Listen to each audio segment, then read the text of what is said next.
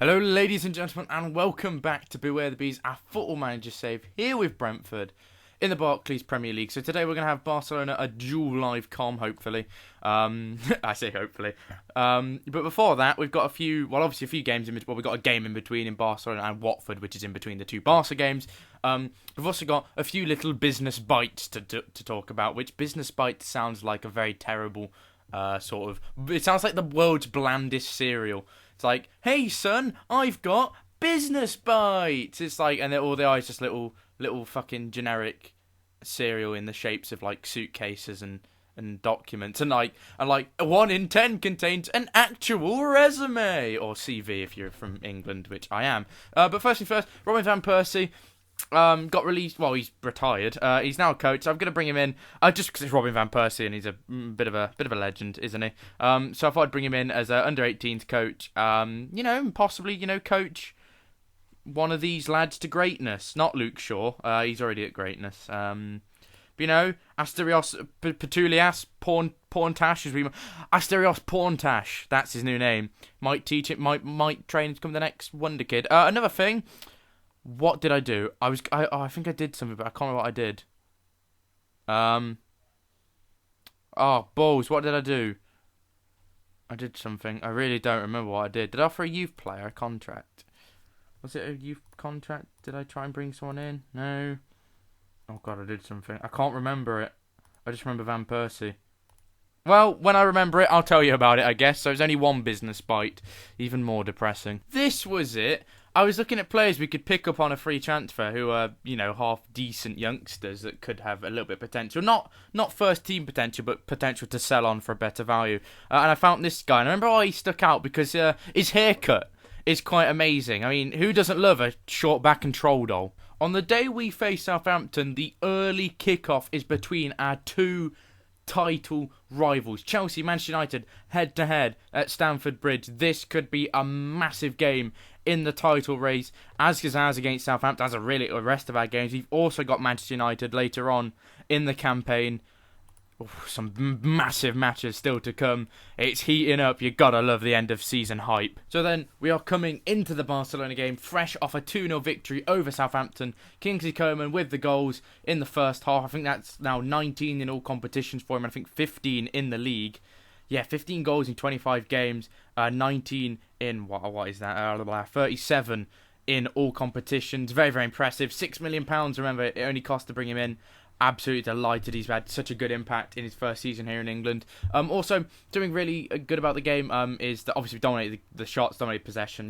The norm. It's becoming the norm, isn't it? With the caliber and quality of team that we've become.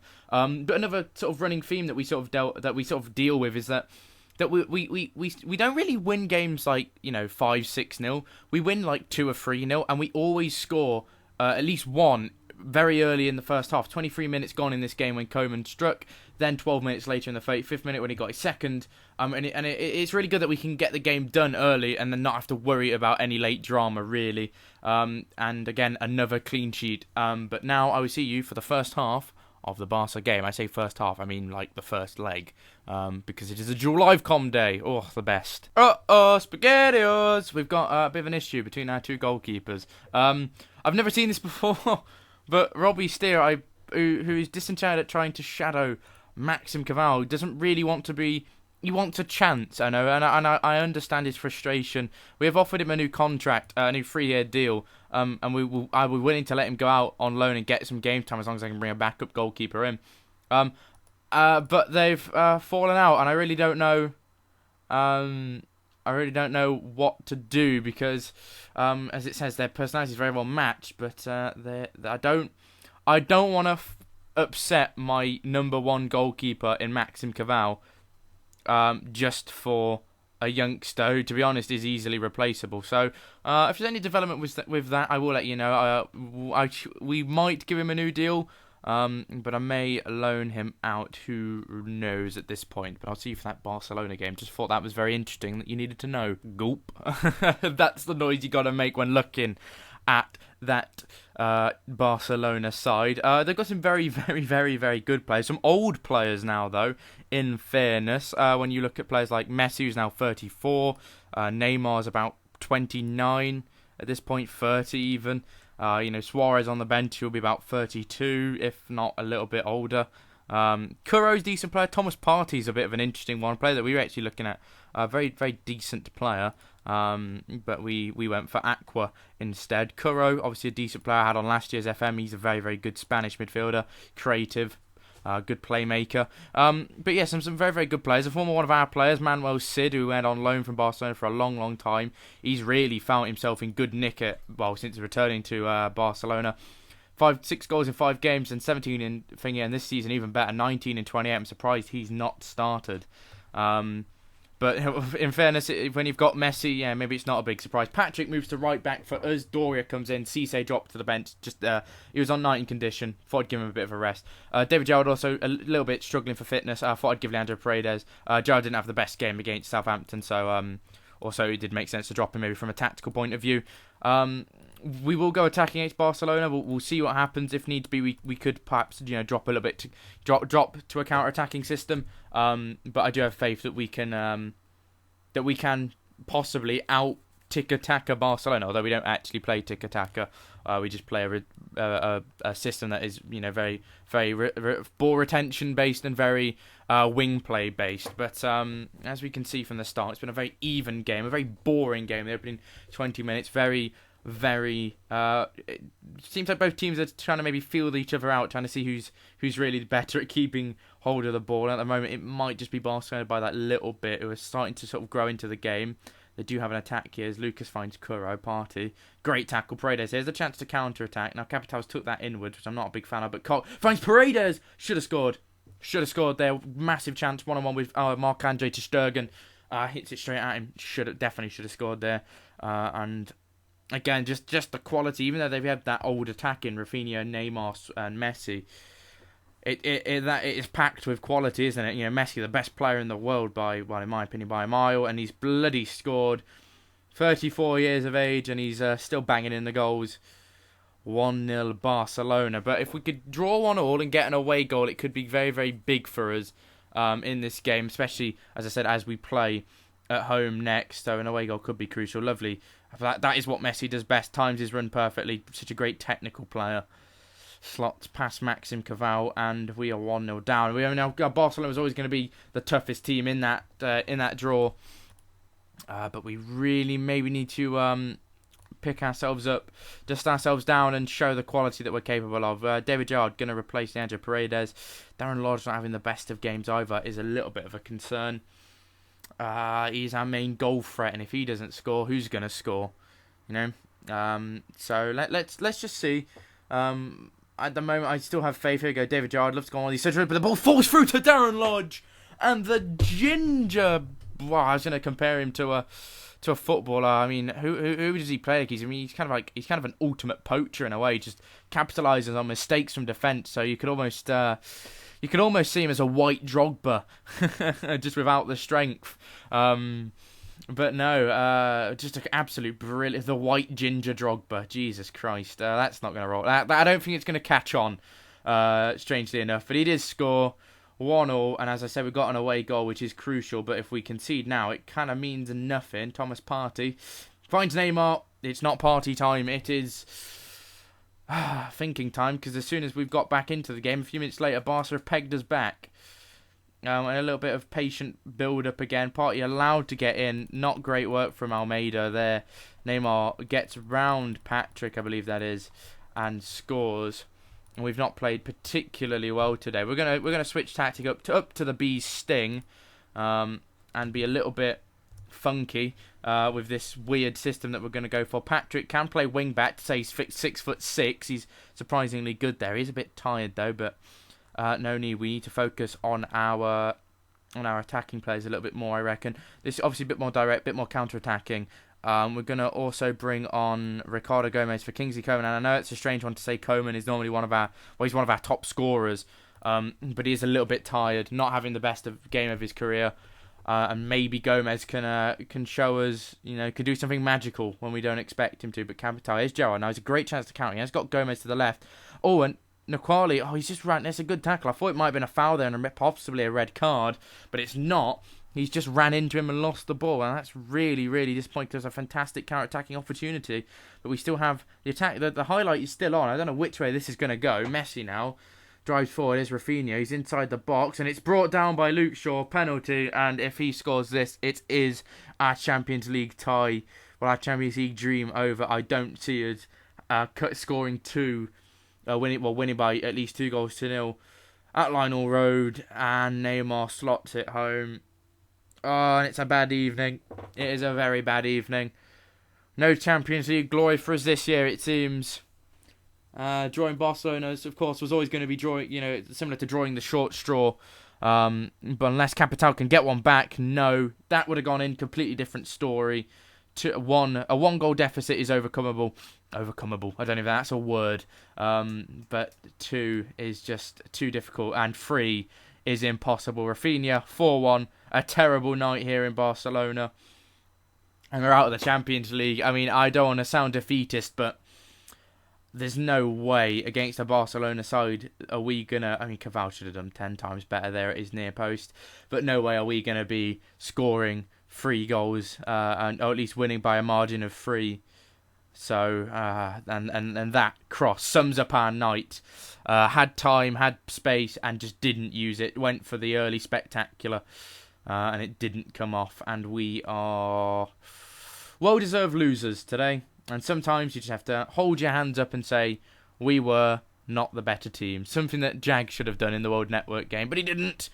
Yeah, was very, very, very,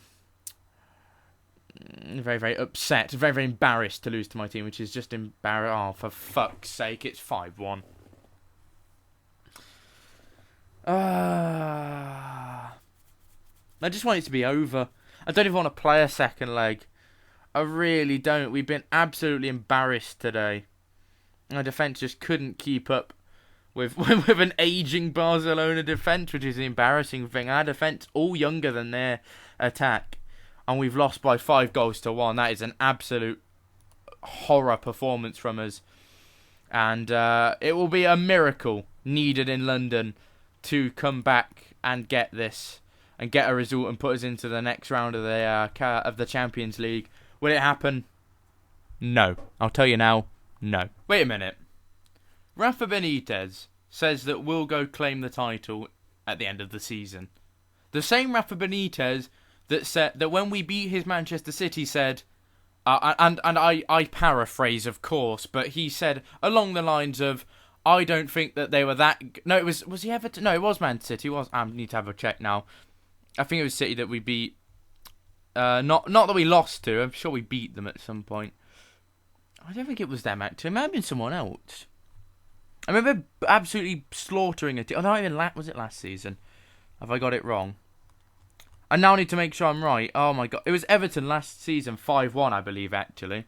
I'm just going to make sure. I need to do some maths here, or some quick working out. Let's go to their manager history. They never had Rafa Benitez. Right, well, I'm now confused, and I'm getting people mixed up. Where was Rafa Benitez when he slated me and said that we're shit? Either way, even if it's not you, Rafa, no comment, you bastard. Shut up. Transition to the next bit. That's cheered me up a bit. A 4-0 victory over Watford. Sorry, Lee. But a dominant performance yet again in the league against, no disrespect to Watford, a bit of a lesser club in the division. Actually, I think they're having a decent season, though, in all honesty. 17th, I take that back. They're having a bad season. It's Norwich having a decent season. My apologies. I got your hopes up there, if you're a Watford fan. No. Goals from Gerard Capital, Coman and Lodge, all key attacking players, for us, all of our front four scored today. And that's very, very pleasing. Now, I actually clicked on Lodge when he scored, just to see, his stats are still improving. He looks amazing. One of the best strikers we could have brought in. But something that I read during his report is fairly inconsistent performer. And fuck me, they've nailed that to a T, because sometimes he plays an 8 and he gets a hat-trick. The next game he'll go out and play a 6.2. And fairly susceptible to injuries. Again, another true statement. So, yeah, that's a little bit annoying. But we have the second leg against Barcelona now. What I'm going to do against Barca, I'm going to rest a weakened team. I'm going to play out a weakened team, and I'm going to I'm going to accept the pummeling we're going to get because we're out of the tie. Because more importantly, we've got Manchester United who sit in third place, only 4 points behind us in the table. So a victory against them is more important. So if we can rest players for that game, that will be good. I'm at this point, I've accepted we are out of the Champions League, FA Cup and Premier League are our new priority. So I shall see you for the second leg against Barcelona, where I expect there to be even more embarrassment. You're thinking, Jordan, you really have lost the plot, haven't you? Yes, I bloody well have. That 5-1 defeat has crushed me internally. And I have gone for a rotated squad. Robbie Steer starts in goal. Fernando Rojas replaces Luke Shaw.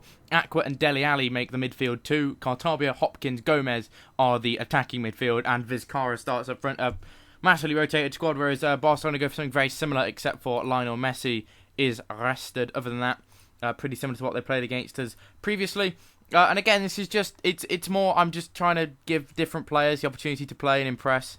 Because we've lost. It's safe to say there's no way we were going to beat Barcelona 4-0. So there was no point even trying. I mean, as much as I wanted to make a game of it and have some amazing drama, it wasn't going to happen. So I mean, even though our home form is much better than our away form, not even 4-0 was just at that. If it was 3-1, it would have been a tough ask. At 5-1, it is mission impossible. Yeah, I feel obliged to go dun dun dun dun dun dun dun dun dun dun dun dun dun. God, Darby, that was terrible. Dun dun dun dun dun dun dun dun dun dun dun dun. I've completely got the tuner on that. Me stopping to shout goal. All right, it's one back. It's not gonna happen. Calm down. Don't get too excited. It's only 5-2 on aggregate. If we fucking do this now, I'm dancing around the room. I don't even care. I'm going downstairs. I'm running up and down my street telling everyone. It's not gonna. We've absolutely dominated them. Do we go 4-2-4 at half time? Do we honestly go? Hang on a minute. Capital on right hand side for Cartabia, and Darren Lodge up front with Vizcarra. We've gone mad. And it almost didn't pay off as Rafinha forces a good save from Robbie Steer, who's, of course, only rated a good championship keeper at the moment. So, if he really keeps it... No, right, never mind. I was about to say, if he keeps a clean sheet... Right, game over. Told you. Hype over. Hype denied. What is it? That's not close. What part of close do you not... Thank you, silly boy. We missed the goal now, because I was too busy faffing around the camera. Oh, God, this is just... Why did I even have to do this? Why Barcelona? Why? They're too good. It's a case of... Do you remember when we played Atletico Madrid? I think last season. There we go. 2-1. Yeah, when we faced Atletico Madrid and we were 3-0 down and we won, I think... I think we were either 2 or 3-0 down. And I think... we were 3-0 down and we won 3-1 at home. And it was like, if we didn't fuck up away from home, which we've done again, we would have been in, we would have had a chance. But we just absolutely let ourselves down in Spain, and it has backfired. And as I said, I'd rest in players. I got a little bit excited when we went 1-0 up at half time, but that's fallen flat on my face. Well, that's fallen flat on its face, I suppose. But 2-1. Just get the game over with. Honest, less highlights the better, because it probably means they're going to score. So, honest Hopkins, Vizcarra, 2-2. Get a bit of a goal back. Don't lose the home leg at least. 7-3 on aggregate to Barca. I was going to say 3-7, but I was like, that just doesn't sound right. People who put the smaller number for the away number, it just doesn't sound right. It always has to be the bigger number comes for the first one. Even if you're away from home and you lose 10-0, it's like... It's we lost 10-0. Not we didn't lose 0-10. Who loses 0? Who loses 10-0 anyway? But it just doesn't sound right. Oh, I think it's horrible. Oh, Vizcarra's scored again. Well, at least we've won at home, eh?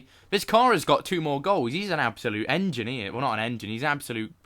He's got an eye for goal, especially. That's what I'm trying to say. He's a goal scorer, and that's nice to see that we've got a young Argentine goal scorer. He's already sniffing around the first team places.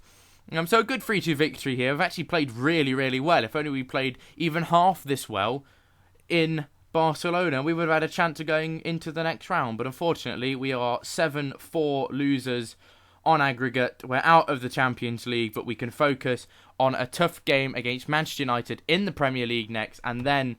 Oh, fuck, I told them I was happy. Well, that's just fucking stupid. Well, to be fair, despite losing, we did win today. So you've got to take that into consideration there, boys. I don't think my comments were that bad. But I'll see you for the next episode, which is actually the next game. Because Manchester United, that's a massive game. These games are going to come so close together now. Because Man U's going to be the next one. Then it's going to be Everton. And then it'll be the final game of the season or the title race, whichever one comes first. And then it'll be... maybe FA Cup final if we get there, but who knows. But I'll see you for that Man United game in a few days' time, which will probably be out tomorrow in real time. Tomorrow, I guess. But as I said, though, I want to... no, I didn't say it yet, but I would like to say thank you very much for watching. You've been awesome as per usual. Much love. Bye-bye. Don't forget to like and subscribe, bitches. End calling you bitches. That's just not very nice. So, I'll end by going goodbye. And thanks for 300 subs, by the way. It's been absolutely astounding. And I said on Twitter to Lee, obviously Fox in the Box, I said, whether one person watches or all 300 watches, or it doesn't matter as long as someone takes the time out just to watch and just to appreciate the appreciation is reciprocated. So, or the love is requited, as you could say. So, as I said, just thank you so much. You are just awesome, and I love you so much.